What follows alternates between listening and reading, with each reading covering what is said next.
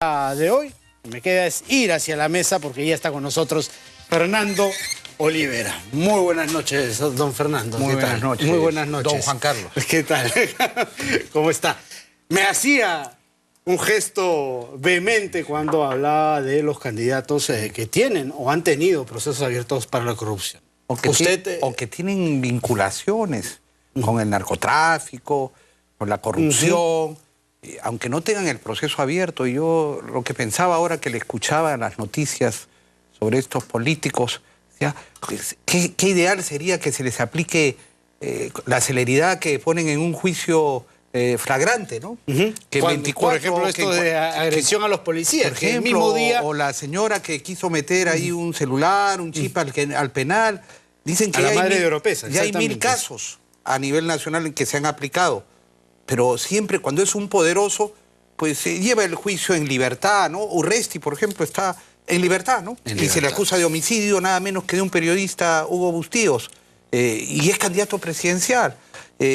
Y así tú revisas cada uno de los que están ahí. Y esta reflexión vínculos, es la que yo ¿no? hacía, porque estos procesos van a seguir después del 10 de abril. Podría haber una decisión condenatoria cuando alguno de ellos ya sea presidente de la República. La justicia no es igual para todos. Por eso es que hay que cambiar, y hay que cambiar radicalmente. Hay que cambiar personas, hay que cambiar sistemas, y hay que incorporar al pueblo a la administración de justicia, mediante el sistema de jurados y mediante el sistema de un órgano de control externo, donde participa el pueblo controlando a esos magistrados, a esos fiscales. Y no se tendrían que estar cubriendo unos a otros. El que está arriba protege al que está abajo, y es toda una componenda, y que la justicia se aplica con severidad para el débil, pero al poderoso la justicia creo que nunca llega. Igual que a los corruptos. No se le ve a los corruptos presos, y mucho menos a los corruptores. ¿Dónde están los corruptores? Los que dan las coimas. ¿Sabemos de alguno que está preso? En Brasil ya está preso, por ejemplo, el presidente de Odebrecht. Claro. ¿No? Y aquí no pasa nada, ¿no? Ha habido unas declaraciones de un colaborador eficaz diciendo que llevaba maletines con cientos de miles de dólares. Claro, que traía maletines desde el Brasil con plata en avionetas privadas. Pero que ha llevado maletines a Humala con cientos de miles de dólares. Y en eso, ¡pum!, sacaron a la procuradora Príncipe y ya nadie más habla del tema.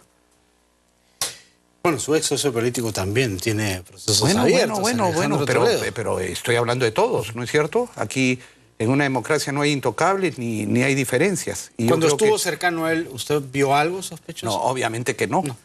Ni antes ni ahora, porque si no lo habría denunciado. Yo creo que el corrupto es tanto el que comete el delito como el que lo encubre, o el que calla sabiendo algo y se vuelve cómplice. Desde sus épocas parlamentarias, usted ha sido un firme luchador en contra de la corrupción. Perseguidor acérrimo de Alan García. Desde la Fiscalía de la Nación, en que trabajé en el año 81. ¿Esa va a ser una de sus banderas de campaña ahora? No, ese es un principio y una urgencia nacional, porque nada es posible mientras haya corrupción. Hoy nos gobierna la corrupción y nos quiere seguir gobernando. Ahí tenemos a los candidatos que derrochan dinero, que están compitiendo quién gasta más para capturar el poder y seguir en la misma impunidad, solamente cambiando los rostros. Ven al Perú como un botín y nada es bueno, ni nada es posible con corrupción. ¿Y usted cree que... Al Perú tenemos que ponerlo en valor, tenemos que reactivar, rescatando valores y con cero corrupción. La inversión que necesitamos pide reglas claras. Tienen que haber reglas claras, seguridad jurídica, cero corrupción y competencia. No que aquí se la doy al que da más coima, al que es mi amiguito. Por favor, así no vamos a ninguna parte. Y tenemos cantidad de proyectos que poner en acción para reactivar esta economía que nos la está dejando paralizada y en caída libre el gobierno. ¿Cómo hacer por ejemplo, para reactivar Conga, para reactivar Tía María, para congeniar con los intereses de las poblaciones que hoy se oponen, incluso con sangre y fuego? Yo no descarto ningún proyecto minero hacia el futuro. Y te voy a decir una cosa, sin embargo, que hemos perdido las oportunidades. Hoy día, ¿cómo está el precio de los minerales? Claro, se han caído. Entonces, ya ahora mismo la viabilidad de una serie de proyectos está en cuestión. Es más, una serie de minas están... Claro, ya no es el negocio que era hace 5 años Una serie de minas atrás. están despidiendo personal, están cerrando unidades, no solamente en el Perú, a nivel mundial. Pero ¿cómo se hace? Ya lo hemos hecho. Nosotros hemos tenido, la escoba ha tenido el gobierno regional del Cusco y gestionó para que el proyecto del gas de Camisea saliera adelante, debidamente concertado con la población y respetando el medio ambiente. Y hoy día Camisea produce para el Perú, da más de 400, 500 millones de dólares al año en canon para Cusco y para el país paga impuestos. Ha traído bienestar. Lo hizo ¿no? Carlos Quaresma. Carlos Quaresma, mi candidato a la primera vicepresidencia. Y quiero decirte que no era fácil. Recuerda que había un alcalde, Daniel Estrada, que llegó a secuestrar aviones de turistas en el Cusco, oponiéndose al proyecto del gas de Camisea. Y realmente es absurdo tener riqueza que no le ponemos en valor y que mucho menos nos quita recursos para atender la deuda social, de educación, de salud que tenemos con el país, de lucha contra la pobreza. Pero lo importante es que debemos diversificar la producción. Ya veo que todo el mundo está hablando de lo que venimos hablando nosotros, y no es que nos creamos la mamá de Tarzán, sino que lo vamos a hacer y sabemos cómo hacerlo. Tenemos que potenciar el turismo. Claro que sí. En España, que no tiene el patrimonio cultural que tenemos nosotros, que no tiene nuestra costa, nuestra sierra, nuestra selva, hay 50 millones de turistas. Por año. Por año. Y aquí, como gran cosa, 3. 3 arañanos. Y veo que hay un candidato que dice que como gran cosa, después de 5 años vamos a tener 6 millones de turistas. Pero por favor, pensemos en claro, grande. Pero eso implica otras cosas, ¿no? Infraestructura agresiva, pero por supuesto, hotelera. pero claro que tenemos que hacerlo. Y podemos hacerlo. Tenemos una brecha de infraestructura que hacerlo de inmediato va a reactivar la economía con el sector construcción. Se habla de 17.000 millones, ¿no? De 170.000 millones. Y tenemos proyectos listos para aplicar de 65.000 millones. Proyectos de saneamiento, de carreteras, de comunicaciones, de puertos, de aeropuertos. ¿Cómo es posible que en el Perú haya solamente un aeropuerto internacional? ¿Ah? Nuestros vecinos tienen 4 o 5. ¿Por qué no va a haber en el Cusco? ¿Por qué no va a haber en Iquitos? ¿Por qué no va a haber en Arequipa? ¿Por qué no va a haber en el norte? ¿Cómo tiene que hacerse todas las carreteras, modernizarlas? Aquí hay proyectos, sí, de cercanías, de Huacho a Ica, pero hay que ver si podemos llegar hasta Trujillo en una primera fase. Modernizar el transporte aquí en la capital. Podemos echar a andar las líneas del metro 3, 4, 5 y 6 de inmediato, pero con transparencia, con honradez, no con delincuencia, no con corrupción, como se hace en este gobierno y en los pasados. Claro, y muchas veces trabados estos proyectos por intereses subalternos. ¿Por qué, por ejemplo, no sale el túnel trasandino para que el ferrocarril te lleve en vez de 11 horas en 4 a Huancayo? Y eso quiero decirlo. Nosotros tenemos además, si tú fijas reglas de juego claras, no hay corrupción y hay competencia, no como ha venido sucediendo, que de repente llegaban 2 postores y al postor que podía competir con el que te da la coima, ¿no? O te da más coima que el otro, pues de repente lo descalificaban 2 horas antes de que presente la oferta. Amarres, pues, que con contratos que vamos a tener que revisar, ¿no? Pero si damos transparencia y reglas de juego, hay las asociaciones público-privadas, las iniciativas privadas. Obras por impuestos. ¿No? Obras por impuestos. Y además, el Estado puede proyectar ingresos, puede efectivamente emitir bonos, puede endeudarse. Tenemos un bajo nivel de endeudamiento, felizmente, que nos da un colchón para poder revertir esta brecha de infraestructura con todas las construcciones que hay que hacer y que se pueden hacer en simultáneo. No ponernos ahí a decir, bueno, ahora voy a hacer uno como un burócrata, ¿no? Y luego haré otro por allá. Eso implica también una reforma del Estado, ¿no? Pero sin duda hay que simplificar trámites. Pero parece que muchos no quieren esa reforma. Bueno, pero para eso hay que ejercer la autoridad democrática y hay que estar conectado con el pueblo. Nosotros vamos a exponer permanentemente al pueblo nuestros proyectos y vamos a ver quién se atreve a oponerse. Y quien se atreva a oponerse, pues que el pueblo lo señale y el pueblo nos respalde y sacaremos adelante los proyectos. Para eso uno recibe un mandato.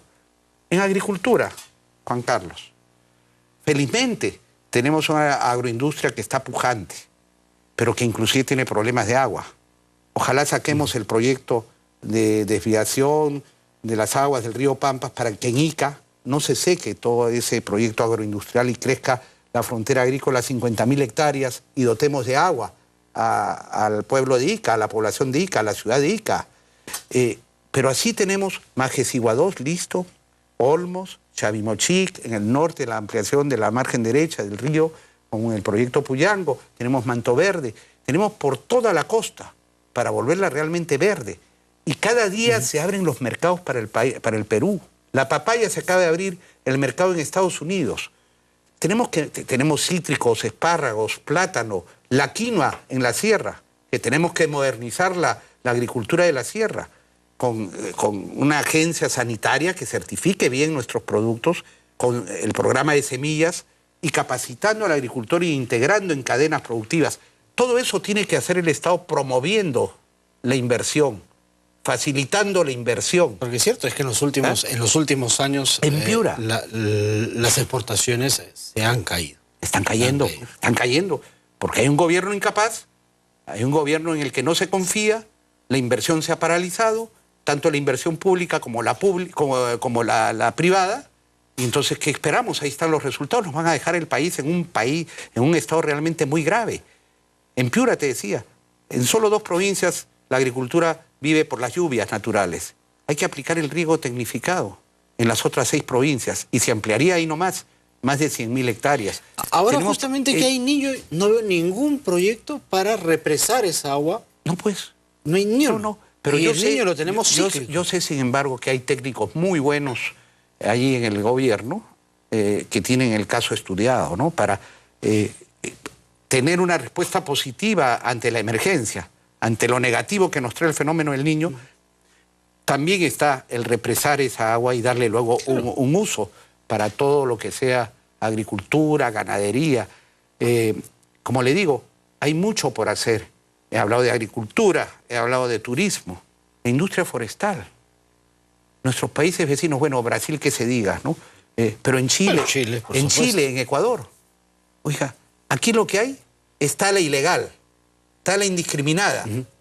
Aquí no se reforesta. Madre de Dios, del bosque de Madrid se desagran por eso. La legal solamente el 11% de las concesiones otorgadas está en producción. Y emplea 500 personas. Son cifras oficiales que le estoy citando. Nosotros tenemos que poner en marcha la tala, la industria forestal y eliminar la tala ilegal.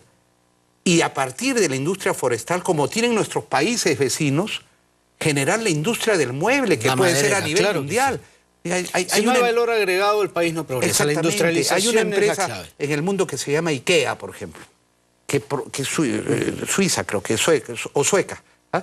Que produce muebles de clase media, populares para el mundo entero. ¿Por qué nosotros no podemos tener nuestro IKEA? Aquí tenemos magnífica mano de obra, tenemos magníficos diseñadores y la mejor madera del mundo. ¿Por qué no? Pero es que tiene que haber un gobierno que gobierne, que promueva, que decida. En la pesca de consumo humano, que es intensiva en mano de obra, tenemos que alentarla. Que se produzcan conservas para consumo humano directo aquí en el Perú y para exportar. Mira, la anchoveta, que va para harina de pescado, allá en Europa es conocida como anchoa. Y es presentada como una cosa agradable, ¿no? Sabrosa. Claro, gourmet. Gourmet. ¿Por qué no lo podemos hacer? Defendiendo nuestro mar de Grau. Hoy en día los arrastreros soviéticos depredan nuestro mar y no pasa nada. Hoy día la pesca negra, que no paga nada de impuestos, pero sí paga mucha coima, también depreda. Volvemos al círculo de la corrupción. Entonces tenemos que poner punto final a la corrupción y alentar todo lo que genera trabajo. Y hay muchísimos proyectos por hacer. Necesitamos una administración pública que funcione. Hay que hacer una escuela de gestión pública, de primer nivel, que haya la carrera pública, acabar con la tramitología, con la burocracia, dejar trabajar al pequeño, al microempresario, no perseguirlo. Ya veo ahí algunos que con el nombre de formalización, como tienen espíritu y mente de cobradores, perseguidores, ¿no? Y que para ellos la SUNAT es eso, en vez de promover la producción y alentar al trabajo, trabajar y dejar trabajar, ya están queriendo caer, el Estado meterse ahí, en el que está generando su puesto de trabajo y que está pagando impuestos, porque con el agua que compras, con la gaseosa que tomas, con el pasaje que estás consumiendo en cada momento, a través del IGB. Estás pagando impuestos con el IGB. Entonces, hay muchos técnicos economistas que dicen que aplicando los impuestos que se le aplica a la gran empresa, la pequeña empresa moriría sencillamente. Y no solamente los impuestos, el intervencionismo del Estado. Cuando se te mete el Estado te está trabando todo. Yo lo estoy viviendo muy de cerca cuando veo la tramitología, se meten en lo que no deben. ¿Ya? Y lo hacen mal, además, te paraliza, ¿no? Se vuelve un obstáculo. Hay que dejar a la gente trabajar, a la iniciativa, al emprendedurismo, al emprendedor hay que dejarlo producir, hay que apoyarlo, hay que alentarlo, hay que darle eso sí líneas de crédito para que no sea víctima de la usura. Dicho sea de paso, tiene que haber una superintendencia de banca y seguros que funcione. Ojalá que no sea financiada por los bancos, como es ahora, que el presupuesto lo pagan los bancos. ¿Y por qué digo que funcione? Porque al pequeño, al pequeñito, al micro y hasta al mediano le cobran las tasas de interés que quieran. Los créditos de consumo, ¿cuánto te cobran de tasas de interés? Sobre el 30%. ¿Ah? Sobre el 30% te quedas corto.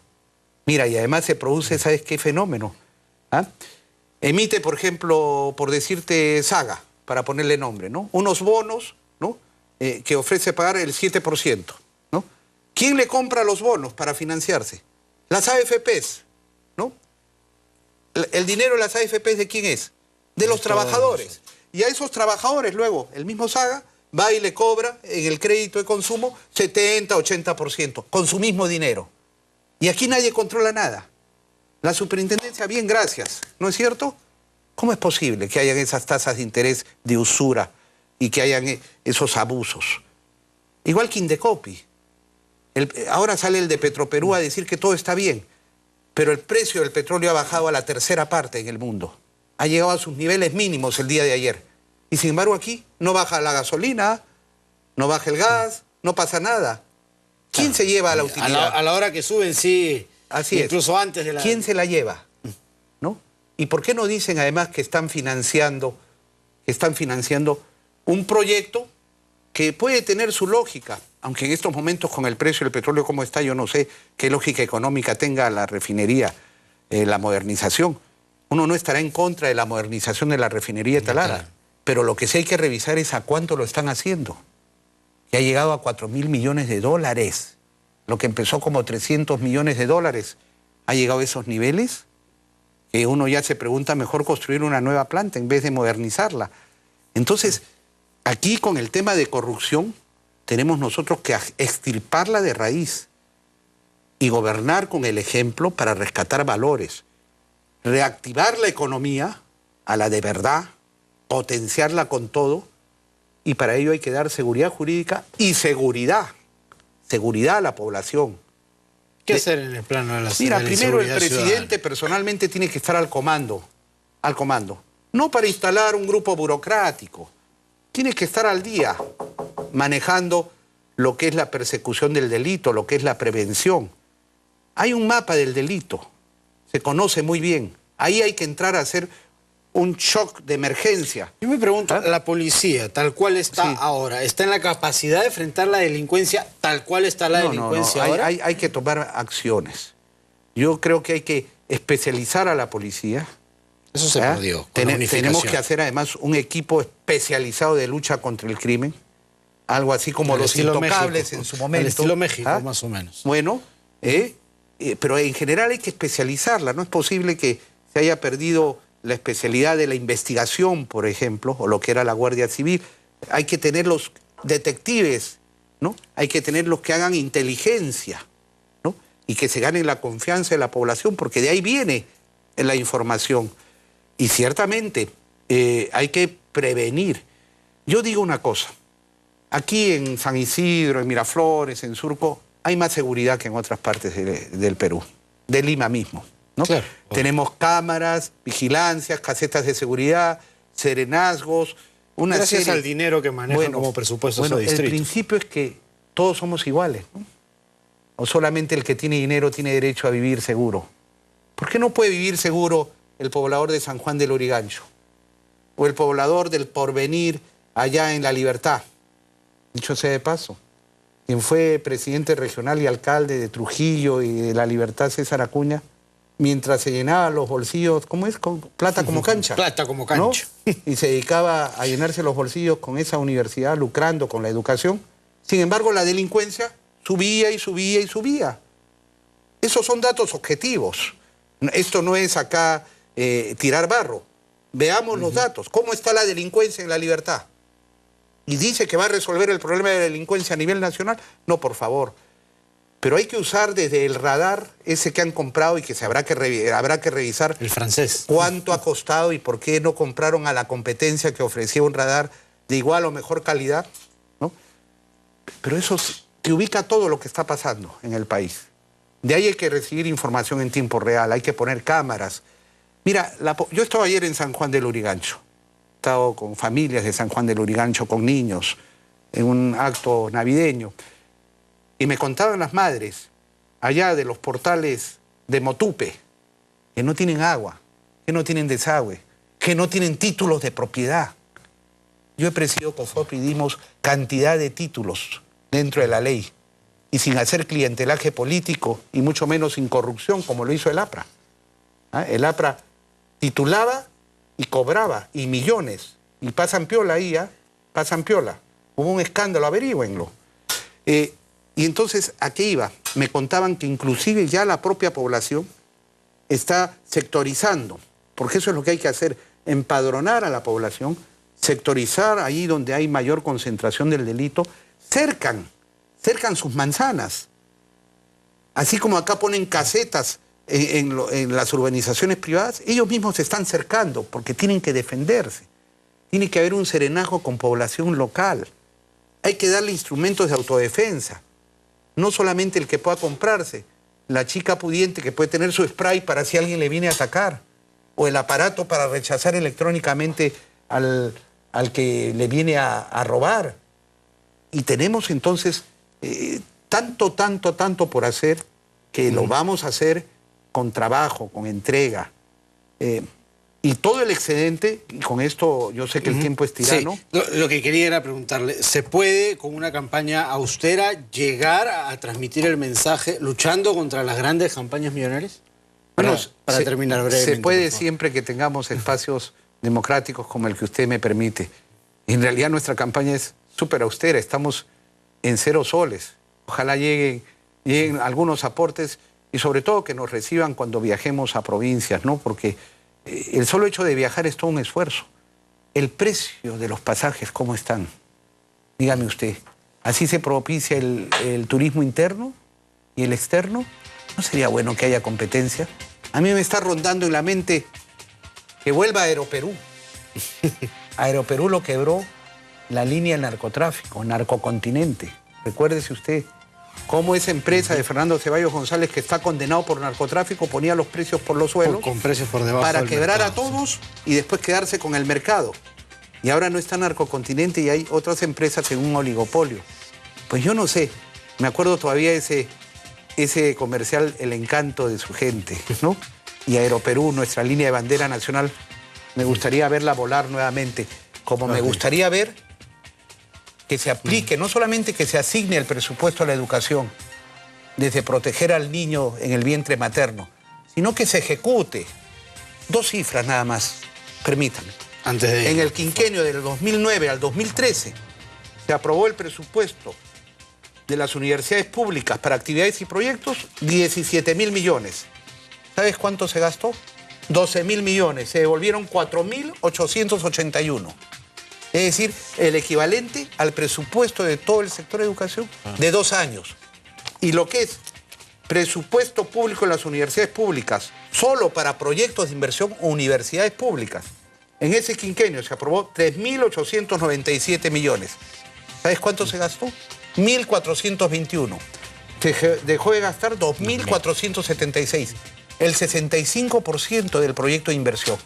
Es decir, se ha debilitado la educación pública, gratuita, tanto en calidad como en ejecución de gasto, y sin embargo ha crecido otro sector que permite que tengan algunos plata como cancha. Y que ahora hay candidatos. Muchas gracias. Esto tenemos que cambiarlo. Muchas gracias. Educación de calidad, presupuestos y educación concertada con los sectores de colegios particulares y de universidades que den calidad de educación. Muchas gracias por haber estado aquí. Muchísimas gracias. Fue Fernando Olivera. Nosotros nos vamos a una pausa, regresamos de inmediato.